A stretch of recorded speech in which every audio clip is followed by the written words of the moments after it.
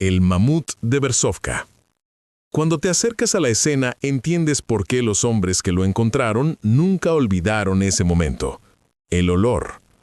La carne llevaba descomponiéndose 40.000 años y aún así olía a muerte reciente. Imagina que viajas junto a la expedición de la Academia Imperial Rusa de Ciencias, dirigida por Otto Hertz. Es septiembre de 1901. Has recorrido más de 2.000 millas a través del noreste de Siberia hasta llegar al río Berzovka. Frente a ti, el hielo cede lentamente, y de la orilla emerge el cuerpo de un mamut lanudo. No eres el primero en verlo. Los lamut locales ya han cortado trozos de carne de su costado. El hedor es insoportable. Te cubres el rostro, pero lo que descubres después desafía toda lógica. Cuando abren su mandíbula, observas algo imposible. Flores a medio masticar aún entre sus dientes. Un miembro de la tribu Lamut había informado del hallazgo en 1900. El médico de la expedición, Hugan Fissenmeer, registra cada detalle. El cuerpo es extraído, fotografiado y enviado a San Petersburgo, donde permanece hasta hoy en el Museo Zoológico. Y lo que revela ese examen nunca ha sido explicado del todo. El mamut murió en pleno bocado. Entre sus dientes hay una masa de alimento sin terminar de masticar. En su estómago encuentras 27 libras de vegetación sin digerir. En 1914, el botánico V.N. Sukachev analiza ese contenido y detecta más de 40 especies de plantas, ranúnculos, legumbres silvestres y flores que solo crecen con temperaturas medias de al menos 10 grados centígrados. Plantas de verano, de clima cálido. Y, sin embargo, en cuestión de minutos, ese animal quedó atrapado en un congelador natural que lo conservaría durante 40 milenios. El cuerpo cuenta una historia violenta. Lo observas en posición semierguida, con una pata delantera levantada, como si hubiera colapsado de forma súbita. Los huesos del hombro y la pelvis están fracturados, pero sin señales de curación. Eso significa que las fracturas ocurrieron exactamente en el momento de la muerte. Fissenmeer también documenta otro detalle inquietante. El mamut presentaba una erección, una respuesta fisiológica asociada a muertes rápidas por asfixia o choque térmico extremo. Todo apunta a un final casi instantáneo. Décadas después, en los años 90, Dale Guthrie vuelve a analizar los tejidos. Confirma que las plantas encontradas pertenecen a climas templados o incluso subtropicales, totalmente incompatibles con la tundra actual. La estratigrafía del permafrost sitúa su muerte entre hace 40.000 y 44.000 años. Y hay un detalle más. Cuando la carne fue expuesta por primera vez, seguía roja. No oscura, no negra, roja. Eso solo es posible si el congelamiento ocurrió de forma extraordinariamente rápida. La explicación convencional sostiene que el mamut cayó en una grieta glacial o que la orilla del río colapsó bajo su peso. Las heridas le habrían causado la muerte y el enterramiento en sedimento congelado habría preservado el cuerpo antes de que comenzara la descomposición. Según esta idea, las plantas de clima cálido reflejan simplemente microclimas más templados durante períodos interglaciares. Un accidente, mala suerte, nada más. Pero cuando lo analizas con atención, algo no encaja. Una caída dura segundos. La digestión tarda horas. Sin embargo, entre su último bocado y su conservación completa, pasan apenas minutos. Y esas flores no representan solo un microclima, representan un ecosistema entero que desapareció en el mismo período geológico en el que murió este animal. Algunos investigadores como John Imbrie se preguntan si este mamut es evidencia de un evento térmico tan abrupto que pudo congelar a un animal de 6 toneladas antes de que su comida descendiera al estómago. Si la temperatura cayó tan rápido, ¿qué provocó esa caída? Y entonces aparece otro detalle inquietante. Ese mismo intervalo, Entre hace 40.000 y 12.000 años, contiene decenas de cuerpos similares en Siberia y Norteamérica, todos con el mismo patrón.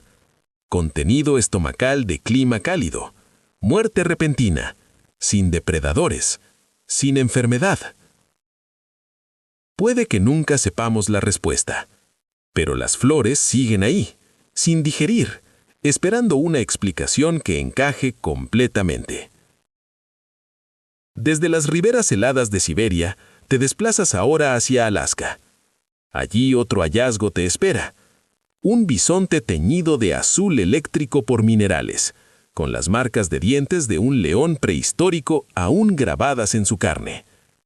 Y lo más inquietante, algunas de esas heridas comenzaron a sanar. Blue Babe.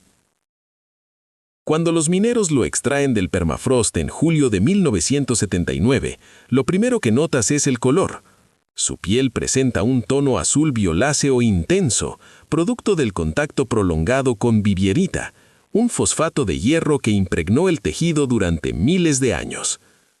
Aún conserva los cuernos, la piel, la forma completa del cuerpo.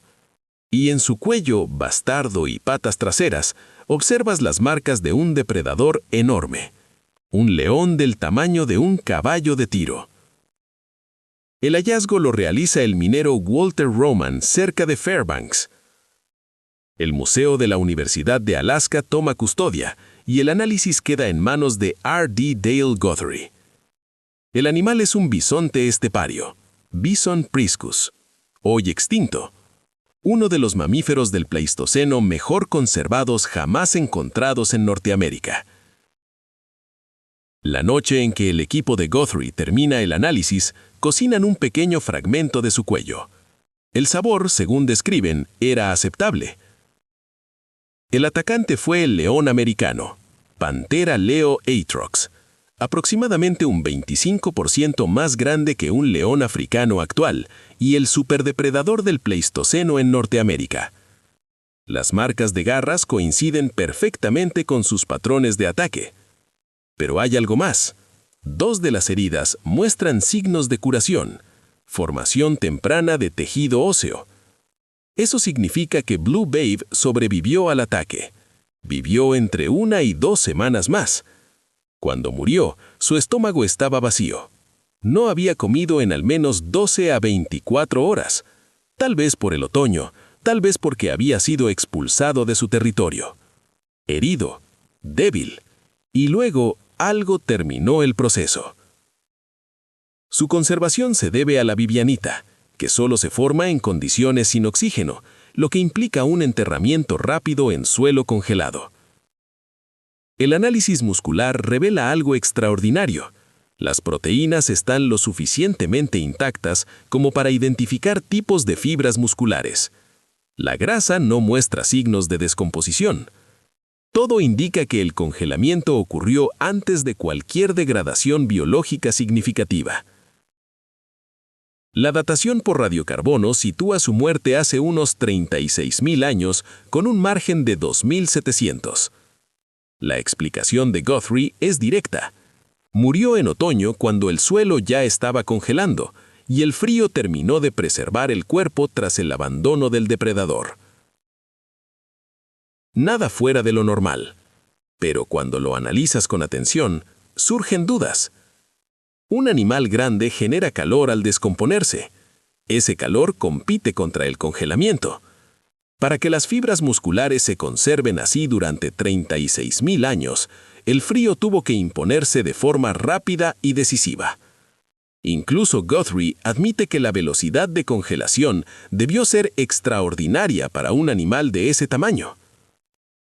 El frío otoñal normal apenas sería suficiente. Algunos investigadores sugieren otra posibilidad, que Blue Babe y otros animales encontrados en ese mismo corredor minero de Alaska pertenecen a un entorno de permafrost mucho más frío y estable que el actual.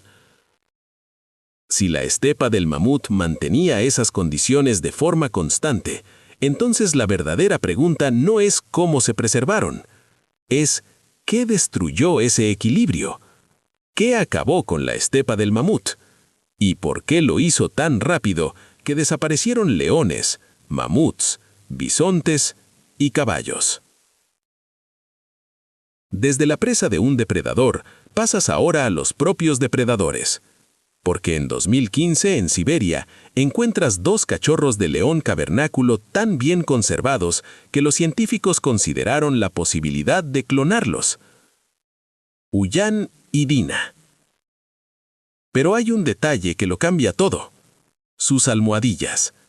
No el pelaje, no los bigotes intactos, no los ojos cerrados. La suavidad de sus patas.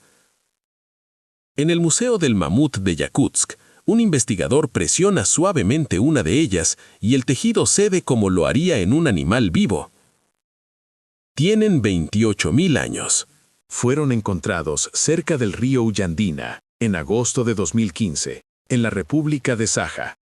Un tercer cachorro, Spartak, aparece en 2017, a unos 15 metros del lugar original.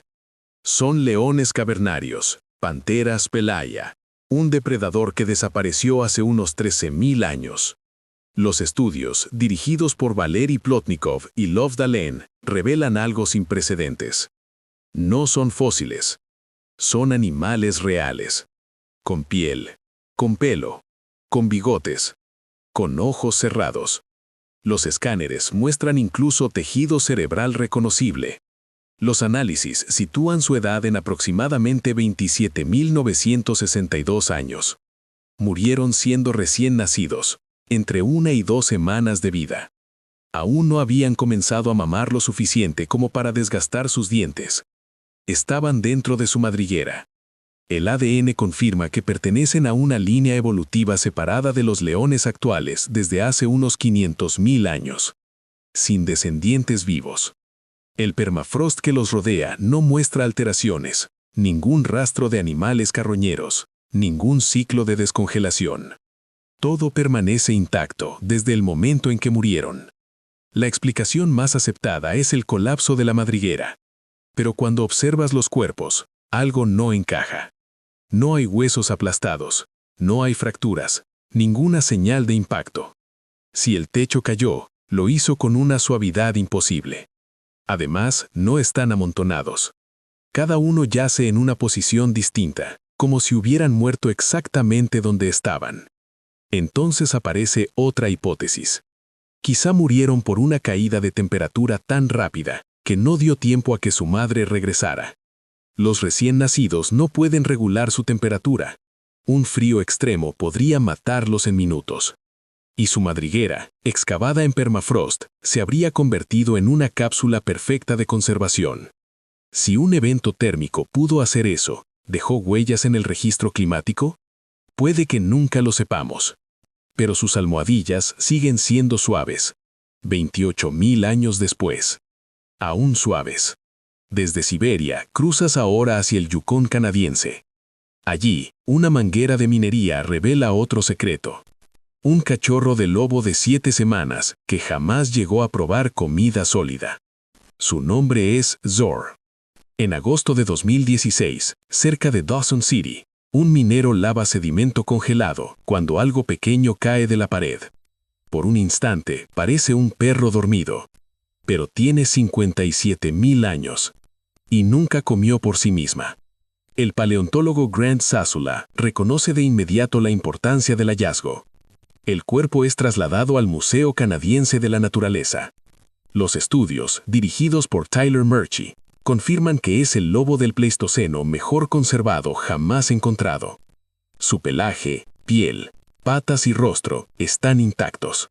La datación la sitúa entre 56.000 y 57.200 años.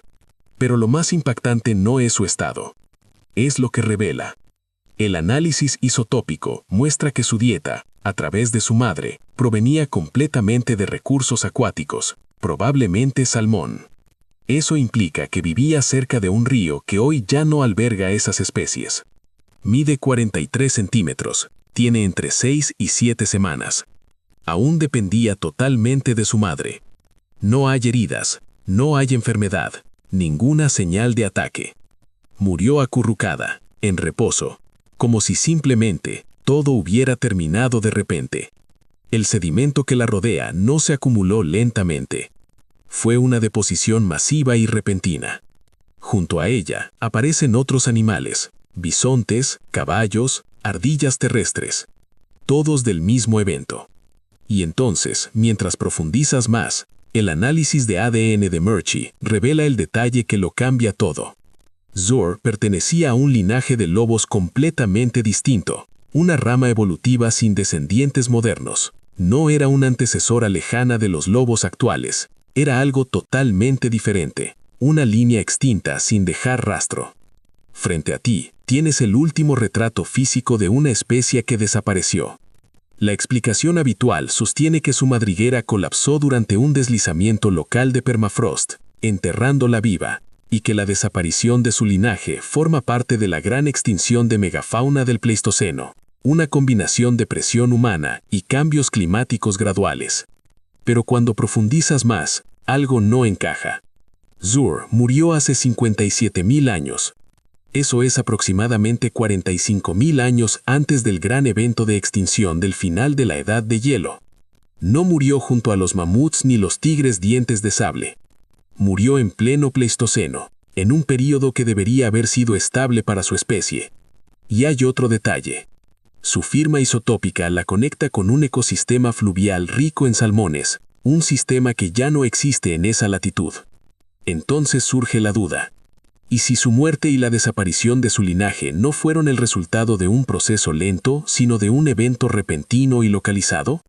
Algunos investigadores plantean que pudo tratarse de una alteración ambiental abrupta, lo suficientemente intensa como para eliminar una población regional completa antes de que pudiera migrar o recuperarse. Los restos de otros animales del Pleistoceno encontrados en la misma capa sugieren que no fue una sola madriguera afectada.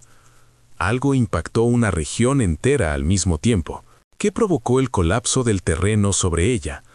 ¿Y por qué su linaje desaparece justo en ese momento, sin dejar descendencia en ningún otro lugar del planeta? Quizá nunca lo sepamos. Pero Zohr sigue ahí, acurrucada como si durmiera, la última de su especie. Desde el cuerpo más pequeño de esta historia, avanzas hacia uno de los más completos, una cría de mamut tan perfectamente conservada que permite analizar su última respiración y confirmar que murió asfixiada por el barro que aún permanece en sus vías respiratorias. Liuba tenía solo un mes de vida. Cuando la observas, 40.000 años después, incluso sus pestañas siguen intactas. El pastor de renos Yuri Huri la encuentra en mayo de 2007, expuesta por las aguas del deshielo en la orilla del río Yuribey. Le da el nombre de su esposa.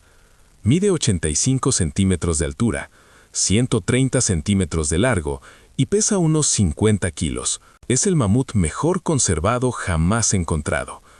Su cuerpo es trasladado al Museo Shemanovsky, donde un equipo internacional, incluyendo a Daniel Fisher, inicia su estudio. Los resultados, publicados en 2009 y ampliados en años posteriores, revelan algo extraordinario.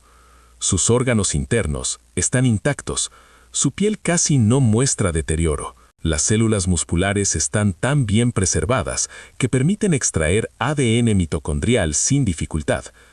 Pero el detalle clave está en su tráquea. Los escáneres realizados en la Universidad GK de Medicina muestran sus pulmones, corazón e hígado en perfecto estado, y dentro de sus vías respiratorias encuentras barro fino.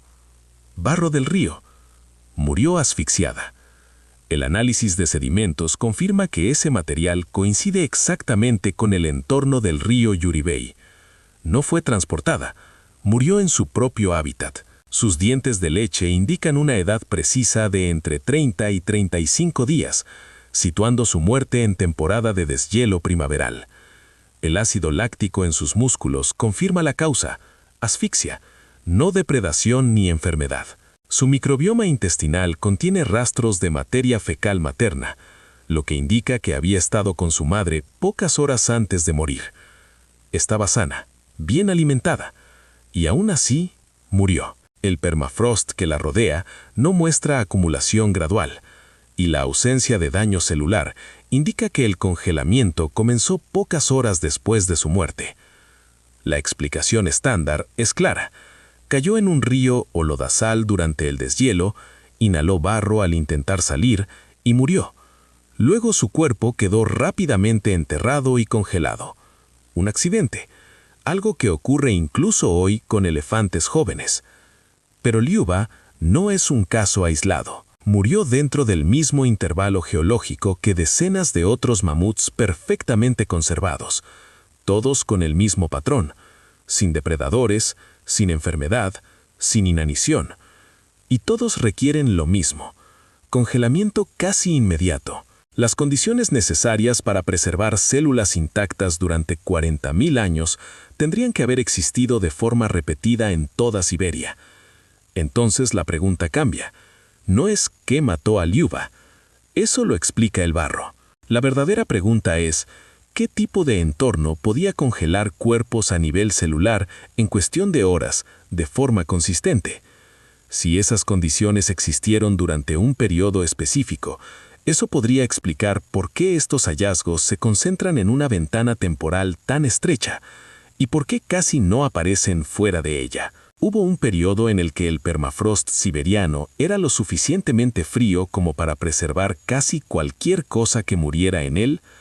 ¿Y qué terminó con ese periodo? El barro sigue en sus pulmones, 40.000 años después. Y la pregunta sigue abierta. Desde una cría de mamut en Siberia, viajas ahora hasta el extremo opuesto del planeta, la Antártida, el lugar más frío y seco de la Tierra, donde encuentras peces a kilómetros de cualquier agua, y algunos tienen más de 1 millón de años, los peces de los valles secos. No hay agua, casi no llueve. El suelo es sal, roca y silencio, barrido por vientos catabáticos que eliminan cualquier rastro de humedad. Y aún así, hay peces. Cuerpos antiguos, desecados, perfectamente conservados, dispersos sobre el suelo del valle, lejos de cualquier lago, a más de 300 metros sobre el nivel actual del agua, en un lugar donde ningún pez podría sobrevivir. Los valles secos de McMurdo, en la Tierra de Victoria, reciben menos de 100 milímetros de precipitación al año. Los estudios, iniciados en los años 60 y ampliados por investigadores como Diane McKnight y Peter Doran, revelan que algunos de estos peces tienen más de 1 millón de años. La clave del misterio está en su posición. No están en el agua, no están cerca del agua, y pertenecen a especies completamente acuáticas, como Pagotenia borchegrivinki. No hay forma biológica de que llegaran ahí. Por sí mismos, el análisis demuestra que se conservaron por desecación en crío. El ambiente es tan seco y frío que las bacterias no pueden descomponerlos. Se momifican, no se ruden. Las investigaciones muestran que durante los máximos glaciales, los lagos eran mucho más grandes. Cubrían las zonas donde hoy se encuentran estos peces. Cuando el clima cambió, el nivel del agua descendió, dejándolos varados. Los vientos hicieron el resto. Pero hay un problema. Algunas caídas del nivel del agua no fueron graduales. Los registros geológicos indican drenajes extremadamente rápidos. En ciertos casos, el lago pudo haberse vaciado en días o semanas. Si eso ocurrió, los peces no fueron abandonados lentamente. Fueron dejados atrás de golpe, en un solo evento. Algunos científicos sugieren que estos drenajes abruptos pudieron ser causados por actividad geotérmica subglacial, fallos de presas de hielo o cambios climáticos rápidos como el evento Heinrich o el Younger Dryas. Si un lago desaparece en semanas, su ecosistema desaparece con él. ¿Qué provocó esos drenajes súbitos y tienen relación con los cambios climáticos registrados en el hielo? Los peces no pueden responder. Solo muestran que lo que ocurrió rápido. Pero aún un pez congelado sigue siendo un pez. Lo siguiente es distinto. Un rinoceronte lanudo encontrado en 2014 con su cuerno aún intacto, de un color dorado pálido, sin fosilizar, Sasha. Cuando la observas, entiendes la rareza. Su cuerno no se convirtió en piedra. Sigue siendo queratina. El mismo material que forma tus nuñas. Ningún rinoceronte lanudo había sido encontrado así. Es joven, aún en crecimiento, y su descubrimiento permite por primera vez comparar directamente la realidad con las pinturas rupestres. Fue hallada en septiembre de 2014 en la República de Saja y trasladada al Museo del Mamut de Yakutsk, donde el equipo de Albert Protopopov llevó a cabo su análisis. Los resultados la sitúan hace unos 34.000 años. Tenía aproximadamente 18 meses. Su pelaje, rojizo y denso, coincide exactamente con el representado en cuevas como Chauvet. Su estómago contiene hierbas y plantas de clima templado, no de tundra. Su cuerno, de 18 centímetros, conserva su estructura completa de queratina. No hay señales de depredación. La causa de muerte es incierta. Hipotermia o enterramiento súbito. El permafrost muestra que permaneció congelada sin interrupciones desde el momento de su muerte. La explicación convencional: murió en otoño, debilitada o separada de su madre, y fue enterrada rápidamente. Nada extraordinario. Pero cuando comparas, ves un patrón. Liuba era joven, Zur también, los cachorros de león recién nacidos, y ahora Sasha. Los ejemplares mejor conservados del Pleistoceno son en su mayoría juveniles.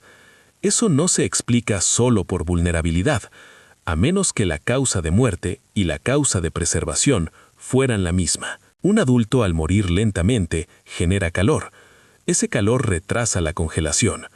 Pero un animal joven, pequeño, con menos masa, se congela más rápido. Si muere de forma repentina, por frío extremo, por asfixia, por un evento brusco, entonces ese sesgo no es casualidad. Es una señal, una firma del mecanismo que los mató. Rápido, repentino y lo suficientemente frío como para ganar la carrera antes de que el cuerpo pudiera resistirse. ¿Es estadísticamente significativa esta concentración de juveniles? ¿Y qué dice eso sobre la velocidad de estos eventos? Desde un rinoceronte joven en Siberia, avanzas hacia otro hallazgo. Un mamut descubierto en 1977 por un operador soviético de bulldozer. Tan reciente en términos de congelación que su sangre aún no se había solidificado por completo. Dima. El operador detiene la máquina. Observa la forma en el hielo. Pequeña, curvada, con pelo. No está seguro de lo que ve. Pero cuando los científicos llegan al sitio, en la cuenca del río Colima, el 23 de junio de 1977, encuentran algo imposible. La sangre no está completamente congelada. Anatoly Logachev reporta el hallazgo. El ejemplar es trasladado al Instituto Zoológico de Leningrado. Tiene entre 6 y 8 meses. Aún se alimentaba de leche, pero ya consumía algo de vegetación. El análisis revela niveles de ácido láctico 4.5 veces superiores a los normales. Eso indica esfuerzo extremo poco antes de morir. Sus pulmones contienen líquido. Murió por asfixia o ahogamiento. Sin heridas, sin depredadores. Y su sangre conserva fracciones líquidas gracias a la composición mineral del permafrost. El estudio de su hemoglobina revela adaptaciones al frío, confirmadas décadas después por investigaciones modernas. La explicación tradicional cayó en un lodazal, luchó por salir y murió. Pero cuando analizas los datos, algo cambia. El nivel de ácido láctico no corresponde a una muerte lenta. Es la huella de una reacción explosiva. Huida, estrés extremo, un evento súbito. Y el hecho de que tenía leche en el estómago indica que estaba con su madre poco antes. La separación fue repentina. Algunos investigadores sugieren que no fue un accidente aislado, que varios casos en la cuenca del Colima podrían indicar eventos repetidos de alteración rápida del entorno. Una región donde los animales morían de forma abrupta y eran congelados casi al instante. Dima murió solo, Pero lo siguiente no es un solo animal, ni 10. Son 140, en un mismo lugar, sin herramientas, sin humanos, solo huesos, comprimidos como si algo hubiera ocurrido de golpe. El cementerio de mamuts de Berelek. 140 individuos. Un solo sitio. Cuando el paleontólogo Nikolai Vereshchagin comienza a excavar en 1970 junto a su equipo de la Academia de Ciencias de la URSS, lo que encuentra no parece un proceso natural. Parece una catástrofe. El lugar contiene restos de al menos 140 mamuts de todas las edades. Las dataciones lo sitúan entre 13.200 y 11.830 años antes del presente. Todos dentro de una ventana de apenas 400 años. No hay marcas de corte. Ninguna. Eso descarta la caza humana. La densidad ósea es extrema. Y junto a ellos aparecen rinocerontes, caballos, bisontes y renos. Y entonces surge el detalle clave. El polen. Justo en la capa donde están los huesos, la vegetación cambia de forma abrupta. De estepa templada a tundra fría. El paisaje cambió en el mismo momento en que murieron los animales. Ese periodo coincide exactamente con el evento climático del Younger Dryas, un enfriamiento abrupto registrado en todo el planeta. La explicación convencional habla de acumulación progresiva, animales muertos a lo largo de siglos arrastrados por ríos. Pero cuando observas los huesos, muchos siguen articulados, en posición anatómica. Eso no ocurre con transporte prolongado por agua. Y el cambio en el polen no fue gradual, no ocurrió a lo largo de siglos. Ocurrió en el mismo instante geológico en el que aparecen los restos. El cambio ocurre justo en la capa donde reposan los huesos, dentro de un horizonte geológico cuya duración real pudo haber sido mucho más breve que siglos. El especialista en permafrost siberiano, Sergei Simov, ha propuesto que la estepa del mamut colapsó con la extraordinaria velocidad al final de la última edad del hielo, impulsada por el aumento de temperaturas, más precipitaciones y la inestabilidad del permafrost.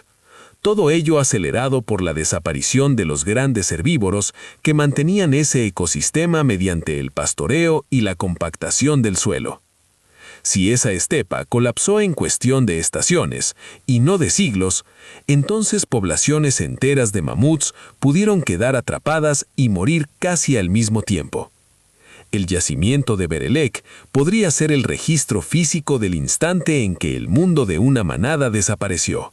No a lo largo de 1000 años, quizá en una sola temporada. Puede que nunca lo sepas con certeza. Pero la línea de polen sigue ahí atravesando el sedimento exactamente a la altura de los huesos, marcando la frontera entre el mundo que existía y el que lo reemplazó. Desde ese cementerio de gigantes en Siberia, cruzas una vez más hacia el Yukón canadiense, donde el último animal de esta historia fue encontrado de pie dentro del permafrost. Su crin intacta, su estómago lleno de flores de un mundo desaparecido hacía 30.000 años y su cabeza ausente, arrancada por la maquinaria que lo descubrió. El caballo de Celericán. Cuando lo encuentras, no está caído. No está encogido, no yace en el suelo, está de pie, con las patas delanteras firmemente plantadas como si aún esperara moverse, mirando hacia 30.000 años de oscuridad. Mineros que trabajaban con equipos hidráulicos en Yakutia lo descubren en 1968 y la excavadora secciona la cabeza antes de que comprendan la importancia del hallazgo. El cuerpo es trasladado al Instituto Zoológico de Leningrado, donde Nikolai Vereshchagin dirige el análisis. Se trata de un caballo del Pleistoceno, Equus lenensis, hoy extinto.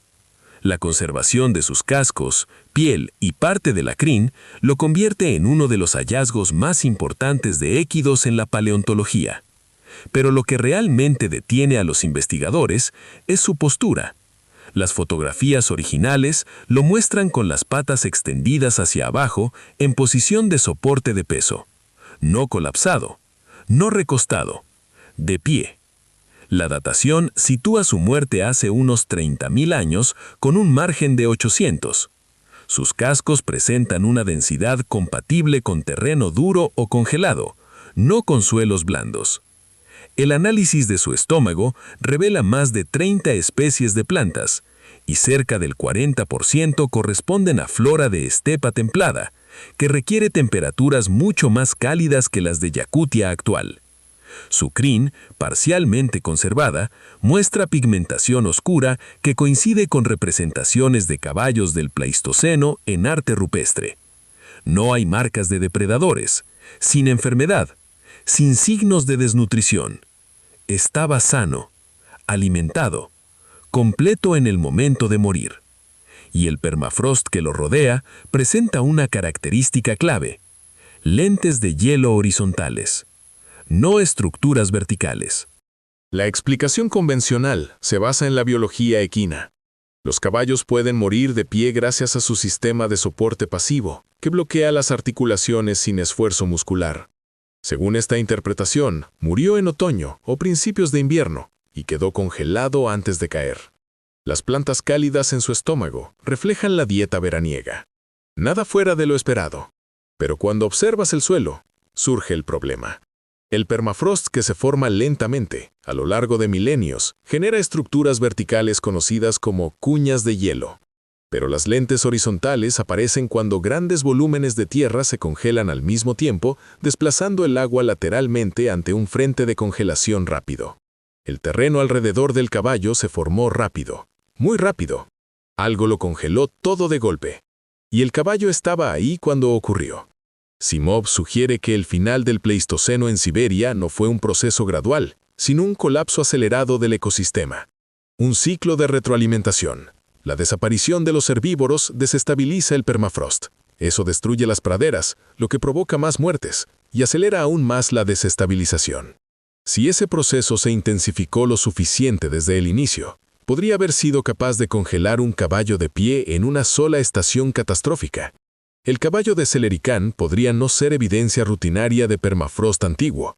Podría ser el retrato del último invierno de la estepa del mamut. El instante en que todo colapsó. El momento en que el sistema dejó de sostenerse. Nunca sabrás cómo se sintió ese invierno, pero el caballo sigue ahí, de pie. 30.000 años inmóvil en la oscuridad. Con el estómago lleno de flores de un verano que jamás regresó. 10 animales, 4 continentes, 1 millón de años, y un patrón que atraviesa todos los casos como una grieta en la roca. Un mamut comiendo flores que ya no crecen donde murió. Un cachorro de lobo cuya línea genética desaparece con él. Un bisonte con heridas de león en proceso de curación, cuyos músculos aún pueden analizarse. Un rinoceronte con cuerno dorado y plantas de clima cálido en el estómago. 2 cachorros de león dormidos, sin heridas y sin explicación clara. Una cría de mamut con barro aún en sus vías respiratorias. Otro con sangre que no se solidificó completamente tras 40.000 años. Un depósito de 140 individuos donde la vegetación cambia exactamente en la capa de los huesos. Peces sobre roca seca en alturas imposibles. Y un caballo congelado de pie en un terreno que se solidificó demasiado rápido para explicaciones graduales. La visión convencional es cuidadosa y honesta. Cada animal tiene una causa de muerte que por sí sola es razonable. Caídas, colapsos de madrigueras, ahogamientos, frío estacional, cambios climáticos progresivos. Científicos como Rob Dale Guthrie, Daniel Fisher, Love Dahlen y Tyler Murchie han documentado estos casos con precisión. Y sus explicaciones no son incorrectas, funcionan a nivel individual. Pero hay algo que no terminan de cerrar. El patrón. No un caso aislado, sino todos juntos. La misma ventana temporal, la misma preservación rápida, el mismo contenido estomacal de clima cálido en regiones que hoy son tundra. El mismo silencio repentino en el registro fósil donde antes existía un ecosistema diverso. Y la misma presencia desproporcionada de animales jóvenes, muertos de forma súbita. Algunos investigadores se preguntan si el final del Pleistoceno no fue una extinción lenta, sino un colapso rápido. Uno o varios eventos lo suficientemente veloces como para congelar un caballo en pie, preservar células pulmonares durante 40.000 años y borrar especies enteras en lo que, geológicamente, equivale a un parpadeo. Puede que nunca lo sepas. El hielo guarda sus respuestas. Las libera poco a poco, un cuerpo a la vez, desde riberas erosionadas y excavaciones mineras. Pero los animales son el registro, congelados, conservados, interrumpidos a mitad de acción. Son una galería de últimos momentos de un mundo que terminó más rápido de lo que resulta cómodo admitir. La mayoría de las personas observa un esqueleto de mamut en un museo y ve algo antiguo, explicado, resuelto. Pero imagina esto. Hace 40.000 años, un mamut junto al río Versova toma un bocado de flores de verano y nunca termina de masticar. Las flores siguen entre sus dientes. El mundo que los produjo ya no existe. Desapareció tan completamente que esas plantas no crecen a miles de kilómetros de donde él estuvo. Estos animales no estaban extinguiéndose lentamente. Fueron interrumpidos, a mitad de un paso, a mitad de un aliento. Y aquello que los interrumpió detuvo un mundo entero. Lo suficientemente rápido como para que la evidencia siga ahí, congelada, esperando. Te quedas frente a un patrón que no termina de encajar. No es un solo hallazgo, ni una coincidencia aislada, sino una serie de momentos congelados que apuntan a algo más grande, algo que interrumpió ecosistemas completos en pleno funcionamiento. Observas animales sanos, en movimiento, alimentándose, respirando, y de pronto todo se detiene. El tiempo no avanza para ellos. El frío gana en cuestión de minutos y sus últimos instantes quedan preservados durante miles de años esperando a ser encontrados. Tal vez nunca tengamos todas las respuestas, pero cada descubrimiento abre una nueva pregunta, y cada pregunta nos acerca un poco más a entender qué ocurrió realmente en ese mundo que desapareció. Si te interesan estos misterios, si quieres seguir explorando lo desconocido y cuestionando la historia tal y como la conocemos, suscríbete, activa la campanita y comparte tu teoría en los comentarios.